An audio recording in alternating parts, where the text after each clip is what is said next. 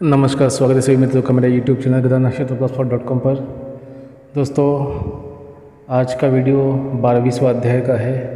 कथा को आगे बढ़ाते हुए श्री गणेशाय करता हूँ। चैनल को सब्सक्राइब करना, शेयर करना, लाइक करना। अगर पसंद आए तो जाने अनजाने कुछ भूल चूक हो तो क्षमा करना। बोलने में समझाने में टूटी रह जाए तो माफ़ करना दोस्तों। तो चलो कथा का आनंद लेते हैं। पुरुषोत्तम मास श्रृंखला श्रेणी में आज का 22वां अध्याय प्रारंभ करिए।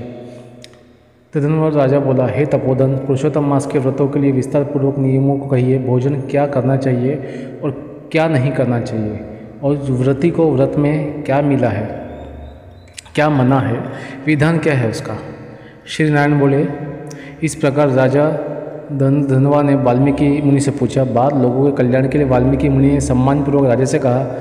वाल्मीकि मुनि बोले, हे राजन, पुरुषोत्तम मास में जो नियम कहे गए हैं, मुझसे कहे जाने वाले उन नियमों का संक्षेप में सुनिए।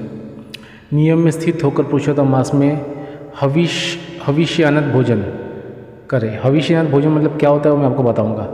गेहूँ, चावल, मिश्री, मूंग, जौ, तेल, मटर, सावा तिन्नी का चावल, बथुआ, हिमलोचिका, अदरक, कालशक, मूल, कंद, ककड़ी, केला, सेंधा नौन, समुद्र नौन, दही, घी, बिना मक्खन निकाला हुआ दूध, कटहल, आम, हरड़, पीपल, जीरा, साठ, इमली, सुपारी, लवली, आंवला, ईख का गुड़ छोड़कर इन फलों को और बिना तेल के पके हुए पदार्थों को हविष्य कहते हैं दोस्तों। हविष्य, जैसे कि मैंने पहले बताया, हविष्यान भोजन क्या होता है, तो ये सब चीज़ें बिना तेल के पके हुए पदार्थ को हविष्य कहते हैं। हविष्य भोजन मनुष्यों को उपवास के समान कहा जाता है।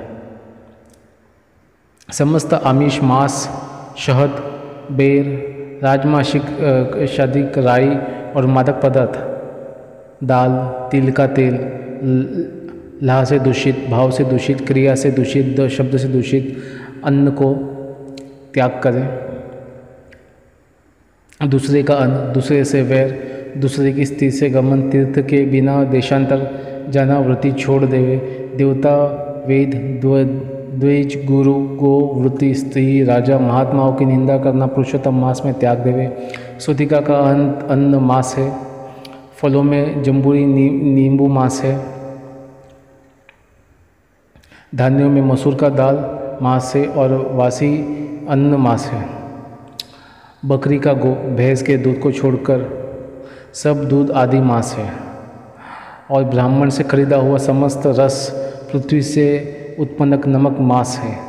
तांबे के पात्र में रखा हुआ दूध, चमड़े में रखा हुआ जल, अपने लिए पकाया गया अन्न को विद्वानों ने मास कहा है। पुरुषोत्तम मास में ब्रह्मचार्य, पृथ्वी में शयन, पत्रावली में भोजन और दिन के चौथे पहर में भोजन करे। पुरुषोत्तम मास में रजस्वली स्त्री, अनत्यज, मल्लेच्छ, पतित, संस्कारहीन, ब्राह्मण से द्वेष करने वाला, वेद से गिरा हुआ, इनके साथ बातचीत ना करे। इन लोगों से देखा गया और काक पक्षी से देखा गया सूतक का अनचर हो, 2 बार पकाया हुआ और भुजे हुए अन्नों को पुरुषोत्तम मास में भोजन नहीं करे। प्याज, लहसुन, मोथा, छतरा, गाजर, नालिक, मूली, शिगरू, इनको पुरुषोत्तम मास में त्याग देवे। व्रती इन पदार्थों को समस्त व्रता में हमेशा त्याग करे। विष्णु भगवान के प्रीत्यर्थ अपनी शक्ति के अनुसार कच्चू और व्रतों को करे। कोड़ा, कंटकारिका, लटजीरा, मूली, बेल, इंद्रवेल, आंवला के फल, नारियल, आलू, परवल, बेर, चर्मशाक, बैंगन, आजिक, बल्ली और जल में उत्पन्न होने वाले शाक, प्रतिपद और आदि तिथियों में क्रम से इन शाकों का त्याग करना। गृहस्थ अष्टमी को रविवार को आंवला सदा ही त्याग करें। जो गृहस्थी होते हैं उनको आंवला रविवार को त्याग करना चाहिए। पुरुषोत्तम भगवान के प्रत्याशय जिन जिन वस्तुओं का त्याग करें, उन वस्तुओं का प्रथम ब्राह्मण को देकर फिर हमेशा भोजन करें। व्रती कार्तिक और माघ मास में इन नियम को करें। हे राजन, व्रती नियम के बिना फलों को नहीं प्राप्त करता है। यदि शक्ति है तो उपवास करके पुरुषोत्तम का व्रत करे, अथवा दूध पान करे, अथवा दुग्ध पान करे, अथवा बिना मांगे जो कुछ मिल जाए उसका भोजन करे, अथवा व्रत करने वाला यथाशक्ति फलाहार आदि करे जिसमें व्रत भंग न हो। विद्वान इस तरह का व्रत का नियम धारण करे। पवित्र दिन प्रातःकाल उठकर पूर्वाह्न की क्रिया करे, क्रिया को करके भक्ति से कृष्ण भगवान का हृदय से स्मरण करता हुआ नियम को ग्रहण करे। हे भूपेत, उपवास व्रत, नक्त व्रत, एक भुक्त इनमें से एक का निश्चय करके इस व्रत को करे। पुरुषोत्तम मास में भक्ति से श्रीमद् भगवत का श्रवण करे और उस पुण्य को ब्रह्म कभी कहते हैं तो उस पुण्य को ब्रह्मा कभी कहने में समर्थ नहीं होंगे।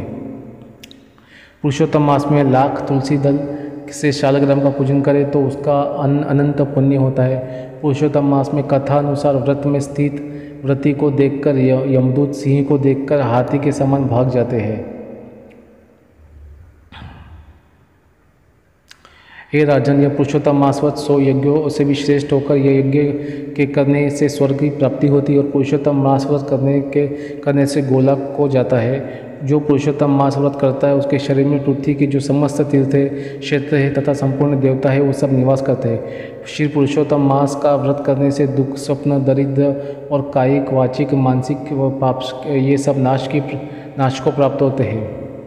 पुरुषोत्तम भगवान की प्रसन्नता के लिए इंद्रादि देवता पुरुषोत्तम मास व्रत में तत्पर हरिभक्त की विद्वानों से रक्षा करते हैं। पुरुषोत्तम मास व्रत को करने वाला जिन जिन स्थानों में निवास करते हैं वहाँ इनके सम्मुख भूत प्रेत पिशाच आदि नहीं रहते हैं। हे राजन, इस प्रकार जो विधि पूर्वक पुरुषोत्तम मास व्रत का करेगा उस मास व्रत के फलों को यथार्थ रूप से कहने के लिए साक्षात शेषनाग भगवान भी सामर्थ्य नहीं है। श्री नारायण बोले, जो पुरुषों में श्रेष्ठ पुरुष मन से अत्यंत आदर के साथ इस प्रिय पुरुषोत्तम मास व्रत को करता है वह पुरुषों में श्रेष्ठ अत्यंत प्रिय होकर ऋषिकेश्वर पुरुषोत्तम भगवान के साथ गोलोक में आनंद करता है।